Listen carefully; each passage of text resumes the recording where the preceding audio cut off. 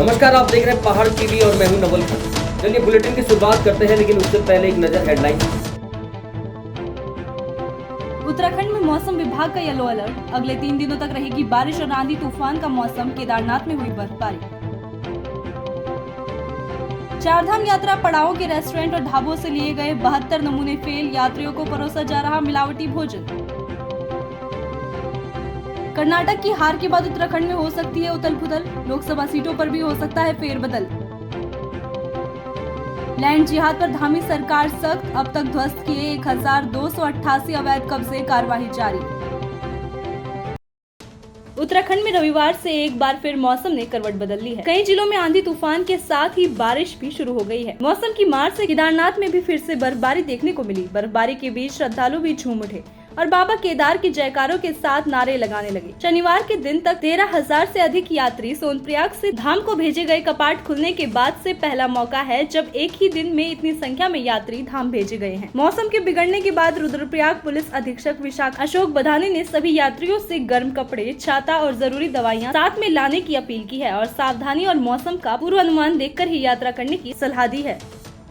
केदारनाथ धाम आने वाले सभी यात्रियों से हमारा अनुरोध है कि धाम में आज पुनः बर्फबारी की शुरुआत हो गई है। कल भी मौसम का अलर्ट है। सभी आने वाले यात्रियों से हमारा अनुरोध है कि यात्रा करते वक्त मौसम को देख के ही चले और अपने साथ गर्म कपड़े, छाता, रेनकोट आदि को लेके चले। धन्यवाद।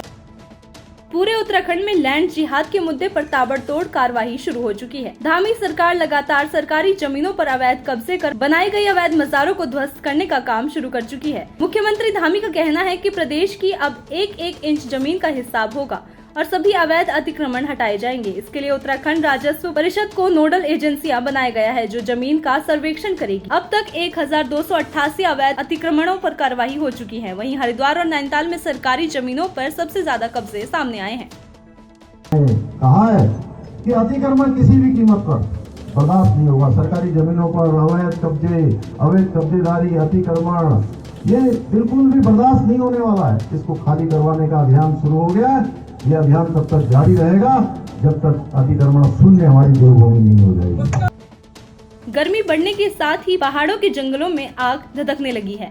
आपको बता दें कि हर वर्ष जंगलों में आग लगने से हजारों जीव जंतुओं की मौत हो जाती है। चमोली जिले के नंदप्रयाग क्षेत्र के मंगरोली के जंगलों में लगी आग को बुझाने के लिए स्थानीय पार्षद संजय कंडेरी अपने साथियों के साथ पहुंचे, जहां उन्होंने बामुश्किल आग पर काबू पाया।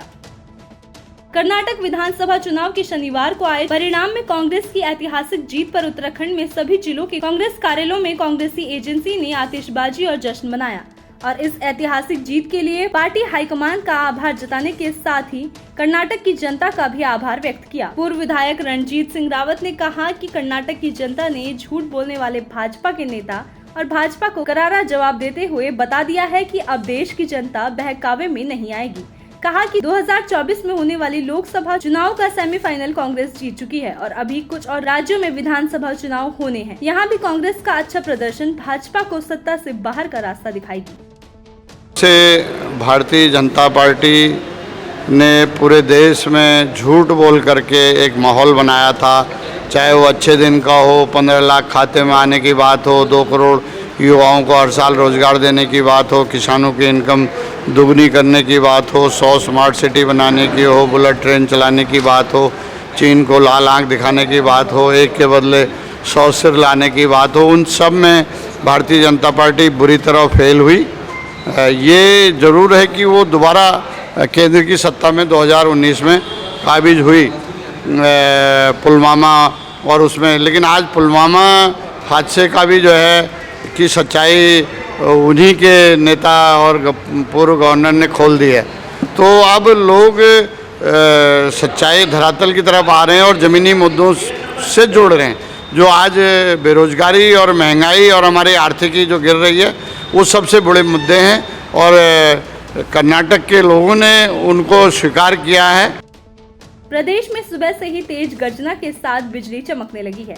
वहीं कहीं कहीं बूंदाबांदी भी शुरू हो चुकी है। मौसम विभाग ने येलो अलर्ट जारी कर दिया है।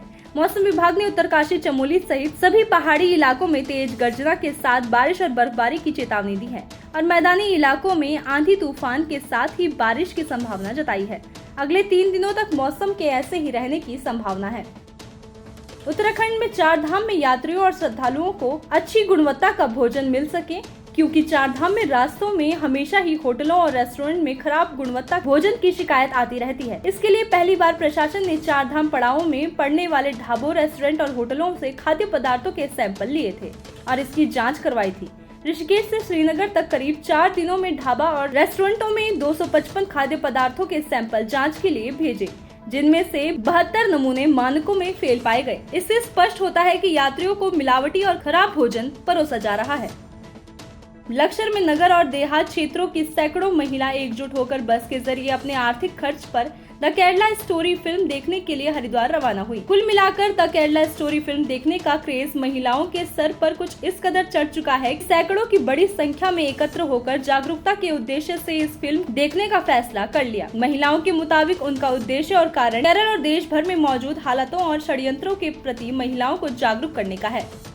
हम यूथ की ओर बढ़ते जा रहे हैं, अब हम लोग भी बड़े हो चुके हैं। जो हमारी छोटी जनरेशन है उनको तो हम एकदम नहीं दिखा सकते हैं, तो ये बड़ी जो जनरेशन अब बढ़ती जा रही है उसके लिए बहुत अच्छी मूवी है। और जिसका भी ट्रेलर देखा गया है, अब बोल रहे हैं कि ये कास्ट बेस पे इसको रोकना चाहिए, ऐसा कुछ नहीं है सर। इसे पता लगता है कि ये कास्ट के ऊपर नहीं बनाई गई रियल, ये दिखाया जाता है कि क्या हो रहा है आजकल जनरेशन के अंदर और ये जो हमारी सोशल है इन्वायरमेंट में कैसे चेंजेस आ रहे हैं।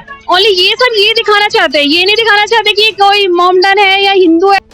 एक ही रीजन है कि जैसे देश के हालात हैं और केरला के हालात सामने आए हैं, उन्हें मद्देनजर हम ये चाहते हैं हमारी बहनें और बेटियां इसके प्रति जागरूक हो और किसी षड्यंत्र में ना फंसे और अपने आप को सुरक्षित रहे। और मैं भारत सरकार से और अपने राज्य सरकार से ये निवेदन करूंगी, इस फिल्म को टैक्स फ्री कराए और जो गांव और देहात की लड़कियां हैं उन्हें सुविधा दी जाए जिससे वो भी इस फिल्म को देख सके।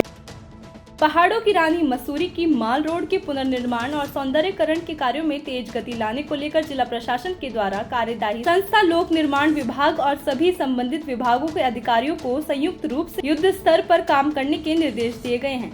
इस मौके पर लोक निर्माण विभाग के अधिशासी अभियंता राजेंद्र त्रिपाठी द्वारा माल रोड पर किए गए कार्यों का जायजा लिया गया। मसूरी ट्रेडर्स वेलफेयर एसोसिएशन के अध्यक्ष रजत अग्रवाल और महामंत्री जगजीत कुकरेजा द्वारा लोक निर्माण विभाग और ठेकेदार को माल रोड को व्यवस्थित किए जाने को लेकर कई सुझाव दिए गए।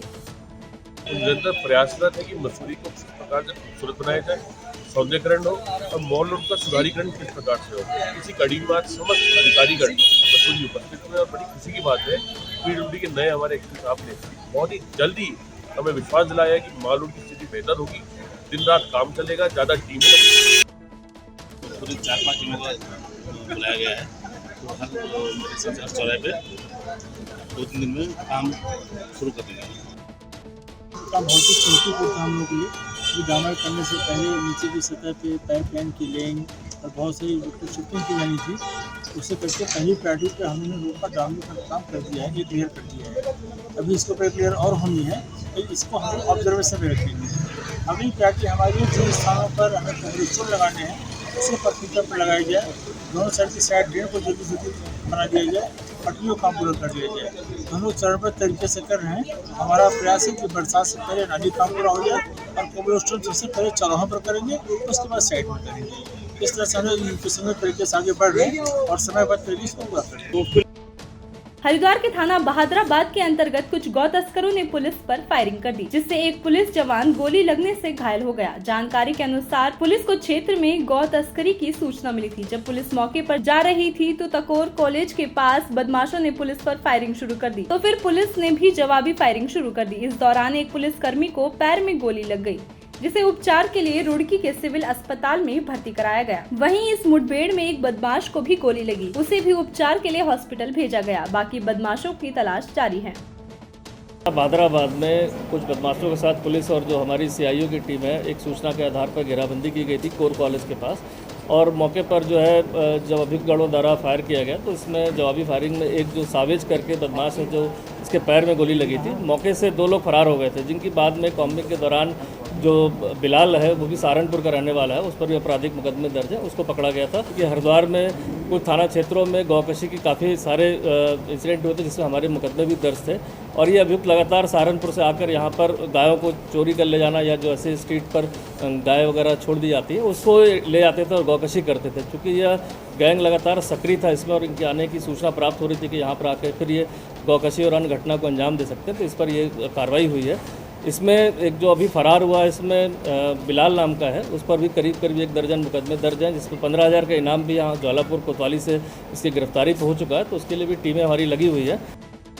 कालाडूंगी उत्तरांचल उत्थान परिषद के तत्वाधान में निशुल्क चश्मों का वितरण किया गया। राजकीय इंटर कॉलेज कालाडूंगी में 30 अप्रैल को एक निशुल्क बृहद स्वास्थ्य शिविर का आयोजन उत्तरांचल उत्थान परिषद के तत्वाधान में मनोज पाठक के नेतृत्व में आयोजित किया गया था, जिसमें कुल 1127 जांच की गई थी, जिसमें से 22 लोगों की आंखों के ऑपरेशन निशुल्क हो गए हैं। वहीं 114 लोगों को निशुल्क चश्मों का वितरण राजकीय इंटर कॉलेज कालाडूंगी में किया गया। अप्रैल को जीआईसी कालाडूंगी में एक बृहद स्वास्थ्य शिविर का आयोजन किया गया था। क्षेत्रवासियों के मूल भावनाओं को ध्यान में रखते हुए उनके सहयोग से जिस तरह से सफलतम वो कैंप रहा, उस कैंप में 22 लोगों को आंखों के ऑपरेशन के लिए चिन्हित किया गया था, जिसमें से 17 ऑपरेशन संपन्न हो गए हैं और साथ ही आज 111 लोगों को जिनको चश्मे के लिए चिन्हित किया था, उनके चश्मे बनकर आए हैं। उनके चश्मों का वितरण हमारे पूरे क्षेत्र के सम्मानित जनों के माध्यम से किया जा रहा है। चमोली जिले के पोखरी गोल बाजार में भाजपा युवा मोर्चा उत्तराखंड के सहयोग से रविवार को स्वास्थ्य शिविर का आयोजन किया गया, जिसका शुभारंभ युवा मोर्चा प्रदेश अध्यक्ष शशांक रावत और नगर पंचायत अध्यक्ष लक्ष्मी प्रसाद पंत ने किया। स्वास्थ्य शिविर में 200 से अधिक रोगियों की पेट, कान, शुगर, बीपी, कान, नाक सहित अन्य विभिन्न बीमारियों की जाँच कर निःशुल्क दवाइयाँ दी गयी। युवा मोर्चा प्रदेश अध्यक्ष शशांक रावत ने कहा कि युवा मोर्चा ने विभिन्न स्थानों पर डॉक्टरों के सहयोग से स्वास्थ्य शिविर के माध्यम से मानव सेवा कर रही हैं। युवा मोर्चा के द्वारा मयंक पंत जी के नेतृत्व में यहाँ पर एक स्वास्थ्य शिविर का आयोजन किया गया है, जिसमें हम सभी युवा मोर्चा के पदाधिकारी, ज्येष्ठ कार्यकर्ता यहाँ पर उपस्थित हैं। भारतीय जनता युवा मोर्चा भारतीय जनता पार्टी का हर एक कार्यकर्ता का एक ये मकसद रहता है, एक संकल्प रहता है कि वो जनसहयोग भागीदारी और जन कल्याण के लिए जितना भी हमसे संभव हो सके उतने हम कार्यक्रम कराने की प्रयासरत रहते हैं। तो उसी के निमित्त आज इस कार्यक्रम का यहाँ पर आयोजन किया गया है। आज भारतीय जनता युवा मोर्चा के द्वारा मुझे लगता है 1 महीने के अंदर ही दूसरी बार यहाँ पर इस प्रकार के स्वास्थ्य शिविर का आयोजन किया जा रहा है और आगे भी इस प्रकार के स्वास्थ्य शिविर का आयोजन किया जाता रहेगा। मौसम आज प्रतिकूल रहा और इस प्रकार की अपेक्षा मौसम से इस माह में हमने नहीं की थी। विगत कई दिन से मौसम सही धूप वगैरह हमें दिखाई दे रही थी, तो हमें ये उम्मीद नहीं थी कि मौसम इस तरीके से ख़राब होगा।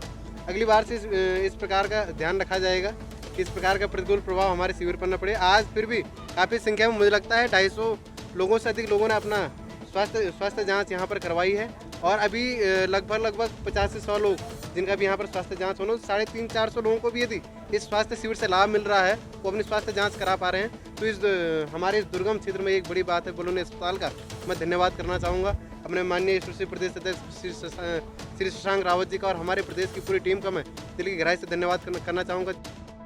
खबर गौचर से है। कर्नाटका में कांग्रेस की शानदार जीत पर गौचर नगर कांग्रेस कमेटी के कार्यकर्ताओं ने गौचर क्षेत्र की आराध्य देवी मां कालिका व बजरंग बली की पूजा अर्चना करने के बाद नगर क्षेत्र गौचर में आतिशबाजी कर नगर में मिष्ठान वितरण किया गया। इस दौरान कांग्रेस जिला अध्यक्ष मुकेश नेगी, नगर कांग्रेस अध्यक्ष सुनील पंवार, पूर्व नगर अध्यक्ष विजय प्रसाद डिमरी, कांग्रेस जिला महामंत्री हरीश नयाल, युवा कांग्रेस नगर अध्यक्ष मनीष कोहली आदि लोग मौजूद रहे। सितारागंज पुलिस ने 10 चोरी की मोटरसाइकिलों के साथ 3 आरोपियों को मुखबिर की सूचना पर सूखी नदी पर बने पुल के पास से गिरफ्तार किया है। तीनों के पास से चोरी की हुई 10 मोटरसाइकिल भी बरामद हुई है। तीनों चोरों ने पुलिस पूछताछ में बताया कि उन्होंने YouTube के माध्यम से चोरी करने के तरीके को सीखा है और मोटरसाइकिल को टूल्स के माध्यम से लॉक तोड़कर चोरी करने की बात भी बताई है। वहीं SP सिटी मनोज कहते हैं कि मीडिया के माध्यम से सभी लोगों से अपनी गाड़ियों को सुरक्षित स्थान पर पार्क करने और सही तरीके से लॉक लगाने की अपील भी की है। देखिए, ये जो माननीय मुख्यमंत्री जी के लगातार निर्देश प्राप्त होते रहते हैं कि उत्तराखंड को भयमुक्त और अपराध मुक्त राज्य बनाना है। इसी क्रम में जो बाइक चोरी है, एक मध्यम वर्गीय परिवार के लिए बाइक जो है इम्पॉर्टेंट एसेट है और जब किसी की बाइक चोरी होती है तो उसको डेफिनेटली बहुत बड़ा लॉस हो जाता है। तो इसी के दृष्टिगत जो लगातार सितारगंज क्षेत्र से बाइक चोरी की सूचनाएं प्राप्त हो रही थी, तो इसी को वर्कआउट करने के लिए हमने इंस्पेक्टर सितारगंज और CO सितारगंज साहब के नेतृत्व में टीमों का गठन किया था, जिसमें चौकी इंचार्ज सरकड़ा, चौकी इंचार्ज शक्ति फॉर्म और बाकी हमारे कांस्टेबल्स की टीम थी। तो इन्होंने इलेक्ट्रॉनिक सर्विलेंस और मैनुअल इंटेलिजेंस गैदरिंग से बहुत ही कड़ी मेहनत करके और प्रोफेशनल पुलिसिंग का परिचय देते हुए इन्होंने 3 लोगों को गिरफ्तार करने में सफलता हासिल की है, जिनसे हमें 10 बाइकें जो है वो बरामद हुई हैं और इन 10 बाइकों में से 5 को हमने ऑलरेडी ट्रेस कर लिया है कि वो किन किन लोगों से रिलेटेड है, और बाकी की शिनाख्त हम लोग करने की कार्रवाई कर रहे हैं। और जो अभियुक्तों से हमने जानकारी की है उनका मोडस ऑपरेंडी हमें पता लगा है, तो उस बेसिस पे हम आगे भी इस केस में इन्वेस्टिगेशन करेंगे और कोशिश करेंगे कि इसमें और भी बरामदगी हो, और बाकी भी हमें इनके टेक्निक्स के बारे में हम लोग जानकारी करेंगे। और आपके चैनल के माध्यम से हम लोग ये लोगों को आग्रह भी करना चाहेंगे कि अपनी बाइक में एक सेफ्टी लॉक, एडिशनल लॉक ज़रूर लगवाइए। यदि आपकी बाइक की चाबी चोरी हो चुकी है तो फिर उसके लॉक्स चेंज कीजिए, और लॉक पुराना होने पर भी उसे चेंज कीजिए, और अपनी गाड़ी को हमेशा ऑथोराइज्ड पार्किंग में ही खड़ा कीजिए। और एक किया गया है इसके दृष्टिगत का, इसमें एसएसपी सर ने इसमें 2,500 रुपये का इनाम घोषित किया है, और इसमें एक कांस्टेबल भारत भूषण और एक तिवारी जो सब इंस्पेक्टर हैं, उन्होंने इसमें बहुत ही की रोल प्ले किया है, तो उनके लिए इन्हें पुरस्कृत करने की भी हम लोग संस्तुति कर रहे हैं, और इन्हें विशेष रूप से पुरस्कृत भी किया जाएगा। अभी तक की खबरों में इतना ही। आगे की खबरों के लिए देखते रहिए पहाड़ टीवी। तब तक के लिए नमस्कार।